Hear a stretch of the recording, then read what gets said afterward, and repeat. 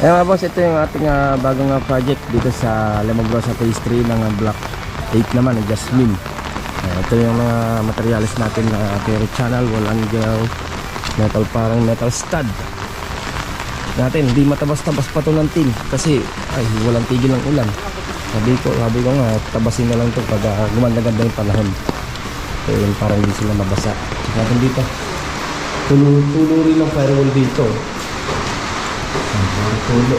Ito hindi mo natin papagalaw. Sa second floor naman yan. Basa rin ng firewall. Puro tulo ang Jasmine tsaka lumaya. Tulo rin ito.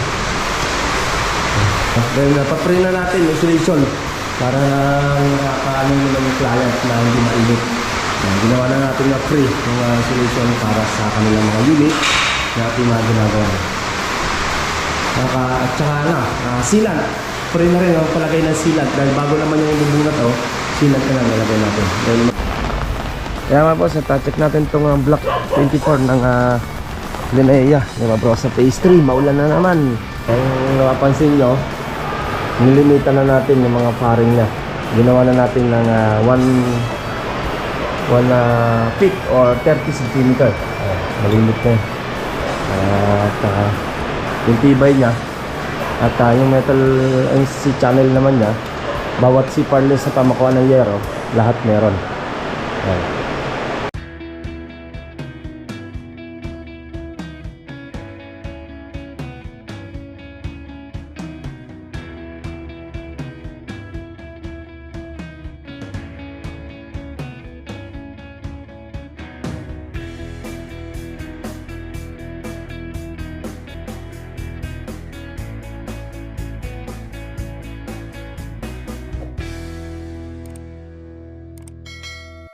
Yan mga boss, at good morning. At check tayo sa ating mga project. Dito muna na tayo mag-check sa ating Santo Tomas, Batangas project.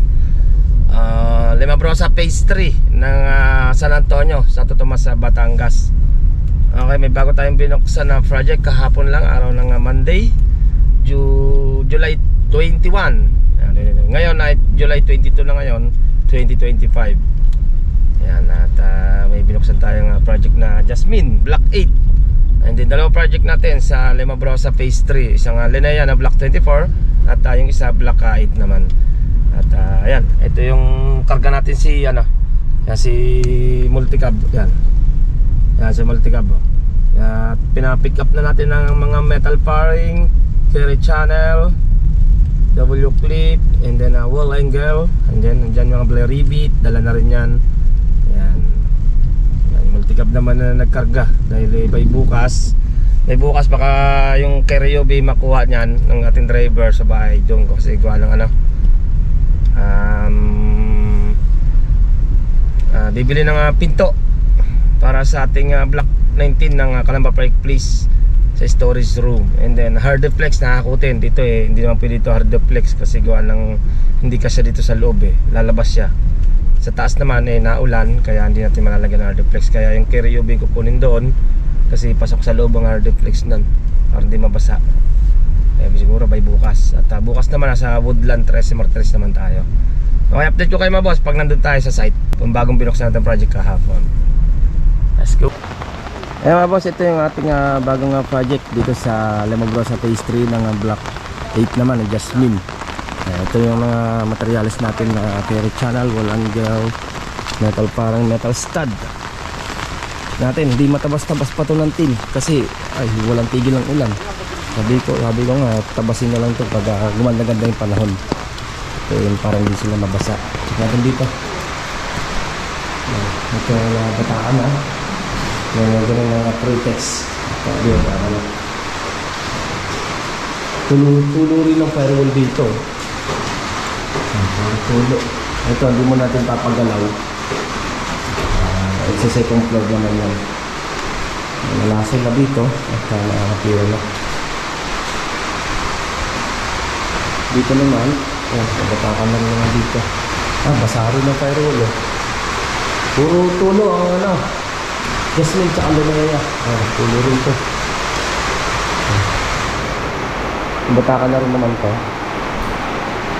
At susunod na natin dito yung insulation foam. Nandiyan na nga pala insulation foam. Mamaya nyo na baba. Mamaya na. Mamaya na. Naulan eh. Ha?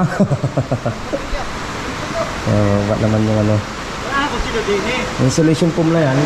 Ito. Dahil napapray na natin insulation para nakakaano naman yung client na hindi mainit.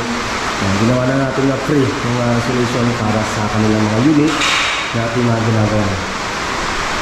At saka sealant. Free na rin ang palagay ng sealant dahil bago naman yung bubong na to, sealant na lang nilagay natin. Dahil maganda naman yung pagkatayo ng bubong ng Jasmine. Medyo tarek siya. Hindi katulad ng Jasmine, medyo bahagya lang. Okay? Ayan, ito yung project ng Jasmine, Block 8 tapos. Kaya boss, at punta naman tayo sa Block 24 ng Linaya naman. Dito rin sa Legobrosa Phase 3 na sa gawa sa Batangas. Check naman natin yung Linaya natin ng bagong project na binuksan natin ng last week. Let's go.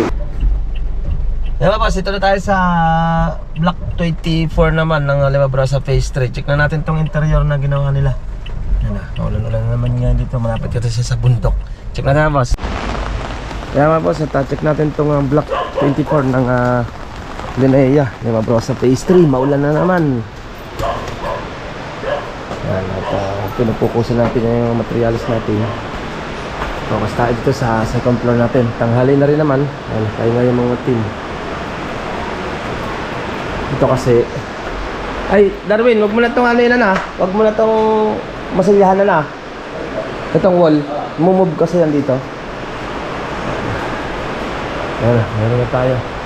Kung napapansin nyo, nilimitan na natin yung mga paring niya.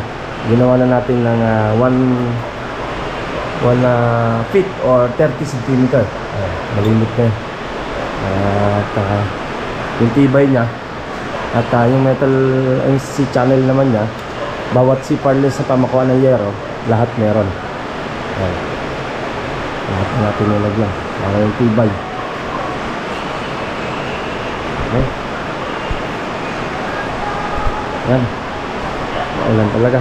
Ito bakbak naman to. Renovate na to hanggang siya sa baba. Ito move naman to. Okay. Nakahalik sa yan.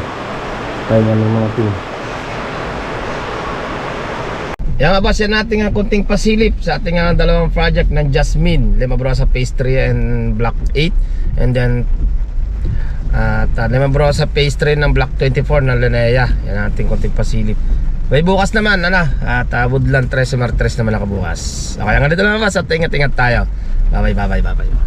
Ito pong J. Uragon Vlog, napakaganda po ng channel na ito, no? Tungkol po ito sa construction. Actual construction po ang channel na ito, no? Pag pinanood nyo po ito, panalo po kayo sa channel na ito. Napakaganda po ng mga video niya. Lalo na pong magaganda, no, yung mga iba't ibang design niya. Kakaiba po yung mga iba't ibang design niya sa mga kisame. Subukan nyo pong panoorin J. Uragon Vlog na ito. Matutuwa po kayo pag pinanood nyo po yung mga video niya. Maraming salamat po.